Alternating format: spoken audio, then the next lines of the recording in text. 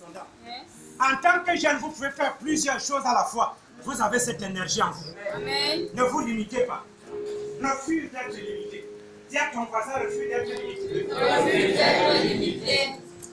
Donc, la réussite, quatrième élément, la réussite, l'exigence de la réussite, c'est les actions correspondantes. Tu dois entreprendre des actions. On ne réussit pas par la confession. On ne réussit pas par les affirmations. Non, non, non, non, non, non, non. Depuis janvier, nous sommes aujourd'hui le 18 février. Écoute-moi, tu as bien trop confessé les affirmations. Tu as trop affirmé. Je suis un succès. Cependant, tu dors à la maison. Je suis une réussite. Cependant, tu tournes là au quartier. Non. Si tu ne sors pas, la grâce ne se manifeste pas. Vérité. Est-ce que tu me comprends? Amen. Tu ne sors pas, elle ne se manifeste pas. L'exigence de la réussite. L'exigence de la réussite. Les actions. Quelles sont les actions que tu dois entreprendre? Quand tu entreprends des actions, rien ne sera assez fort pour t'empêcher de réussir. Rien. Entreprends des actions. Des bonnes actions. Refuse de dormir, frère. La Bible dit, depuis le temps de Jean-Baptiste, le royaume des cieux est comment? Forcé, et ce sont les violents qui s'en. Amen. Tu dois te violenter pour prendre possession de ton héritage. Yeah. Tu dois te violenter.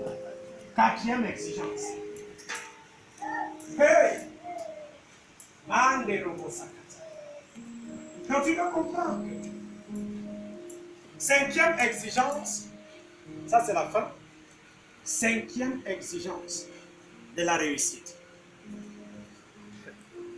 C'est votre capacité à satisfaire un besoin dans votre vie.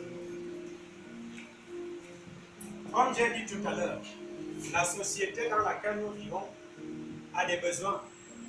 Et il faut que quelqu'un se lève pour les satisfaire.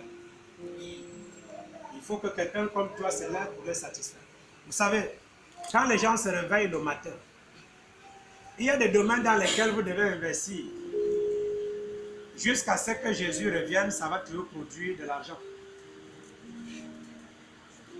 Je vais vous dire une chose.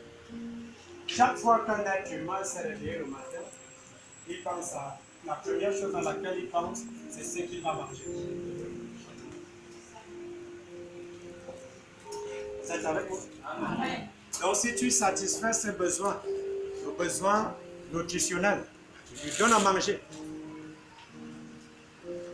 Tu investis dans ce secteur, tu deviendras une personne influente. La deuxième chose dont l'être humain a besoin, c'est la santé. La santé. Tout le monde peut être en santé. C'est la raison pour laquelle on a des hôpitaux, on a des structures. La santé. La santé. Voilà les besoins que nous avons dans la société. Troisième besoin, c'est l'éducation. Donc, trois besoins majeurs à satisfaire. La nutrition, la santé et l'éducation. Frère, qu'est-ce que tu penses? Faut penser à ça. Voilà les trois besoins majeurs que nous avons dans la société. Vous devez vivre pour répondre à ces besoins.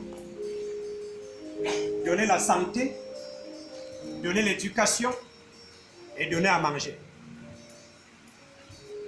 Trois besoins majeurs de notre société. Si vous donnez la santé, vous donnez la nourriture aux gens.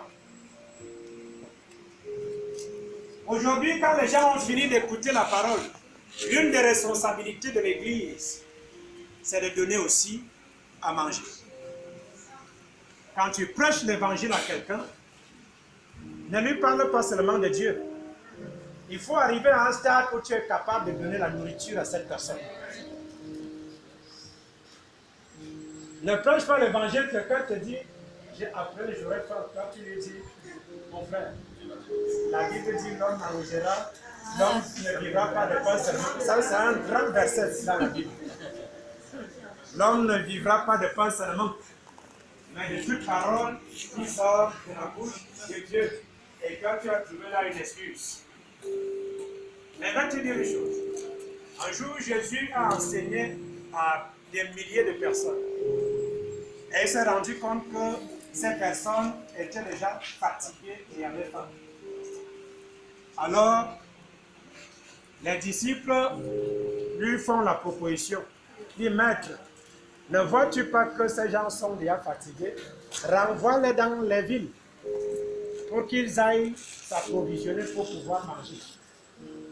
Mais ils vont être choqués de la réponse de Jésus. Jésus leur dit, donnez-leur vous-même à manger. Ne les renvoyez pas. Nous, quand on a fini de prier pour les gens là, on a donné des conseils. On les renvoie où? Dans le monde. Vers les sorciers, les francs-maçons, vers leurs copains et copines. Pour qu'eux, ils pourvoient à leurs besoins nutritionnels et physiques. Nous, on est là pour leur donner le spirituel. C'est les païens qui doivent... Non. Never. Ça ne doit pas se passer. On ne doit pas continuer. Nous ne pourrons jamais être influents en tant qu'Église si on ne décide pas aujourd'hui, en tant que jeune, quelqu'un ne décide pas de vivre pour satisfaire ses besoins. Donner à marcher. Qu'est-ce que je peux faire pour satisfaire ses besoins sociaux? Donner de la nourriture. Donner de la nourriture. Vous savez, quand vous manifestez ce désir de satisfaire un besoin comme celui-là, Dieu va écouter ta prière. Et il va t'établir dans une position qui te permettra d'aider les autres à avoir de quoi manger. Il te donnera le maximum qu'il faut, parce qu'il voit le désir en toi. Il voit que tu n'es pas à l'église pour chercher à ce que ta vie s'améliore seule. Que tu sois bien, que Dieu pourvoie tes besoins pour toi. Just you alone. Non. Est-ce que tu comprends? Vis pour les autres. Et si quelqu'un ce matin peut décider de sacrifier sa vie pour d'autres. C'est ce que je fais moi. Aujourd'hui, tout ce que j'ai, je partage avec les gens. Parce que j'ai compris que je suis né pour satisfaire les besoins. Et c'est pour ça que j'aspire à plus, au maximum. Pourquoi? Parce que je suis là, je suis en train de réfléchir. L'année dernière, combien d'enfants j'ai envoyés à l'école? Cette année qui vient, je dois faire plus. Je dois faire plus. Quand la rentrée scolaire arrive, tu ne dois pas regarder seulement tes enfants. Les petits gosses. Les enfants ne sont même pas à l'école. Non. Ne vis pas pour toi. Tu ne peux pas devenir un succès en vivant pour toi. En tout cas, le succès véritable, c'est votre capacité à aider d'autres à devenir un succès. Si vous aidez les gens à devenir un succès, vous deviendrez vous-même un plus grand succès. Il y a un fils qui a écouté la voix de Dieu. Moi, je vais parler à sa place. L'autre jour, nous étions en réunion et le Seigneur lui disait, donne la voiture à l'église. Vous savez, quand nous étions à Coton, il y a une prophétie qui était sortie de ma bouche. Et je disais, quand on viendra ici, il y aura une voiture pour le transport des fidèles. Qui se rappelle de ça? Là. Voilà. Une voiture qui vient. Et dernièrement, on s'est retrouvé dans une réunion de leaders. L'Esprit de Dieu dit, ah, fils, la voiture que tu voulais utiliser pour toi, pour tes besoins, donne à Dieu pour le transport des fidèles. Ce qui favorisera la croissance numérique au niveau de Douala, déjà pour ceux qui sont dans la maison, Et également le transport qui va permettre à l'Église d'avoir des ressources pour gérer les défis au quotidien. Vous voyez? Et vous savez ce que ce fils a fait? Il m'a dit, pasteur, tu es mon père. Tout ce que tu dis, je ne réfléchis même pas, je fais. Vous comprenez? Ça, c'est la réponse d'un fils. Parce qu'il comprend que ses besoins, le monde est plus grand que lui. Il y a plus de besoins que ses propres besoins à lui. Il voulait peut-être utiliser ça pour lui, mais c'est quelque chose que dont Dieu va se servir pour sa gloire. Et quand tu le fais, il y a des choses que tu ne peux plus contrôler. En termes de bénédiction. Vivez pour vous est un désastre, mais vivre pour d'autres est une grande bénédiction. Si je vis pour d'autres, je ne vis pas pour moi. Vous savez, si je vivais pour moi, j'aurais une belle maison. Mais la valeur d'un homme n'est pas définie par sa maison. Ses chaises. Vous savez qu'il y a des gens qui pensent que c'est la chaise de sa maison qui fait de lui une grande personne. Si tu vois les chaises que j'ai chez moi, ce sont des chaises de 2,5 millions. Tu entres chez moi, il y a des chaises Louis 22. Louis 22. Regarde. Tu t'assieds, tu sens que tu es sur une chaise. Vous savez, il y a des gens comme ça. Ils pensent que c'est la voiture qui définit sa personnalité. Et si tu lui retires sa voiture, il n'a plus personne. Il n'a plus rien. Il sent qu'il est bien bon. Personne ne va le respecter. Parce que c'est aussi un peu ça qui fait que les gens ne lui parlent pas n'importe comment. Ne sois pas comme ça. Alléluia. Donc, 5 exigences ce matin uniquement pour réussir. Pour réussir. On clôture. Première exigence, j'ai dit quoi? La discipline. Deuxième exigence, j'ai dit quoi? La détermination. La détermination? Oui, la détermination. Alléluia.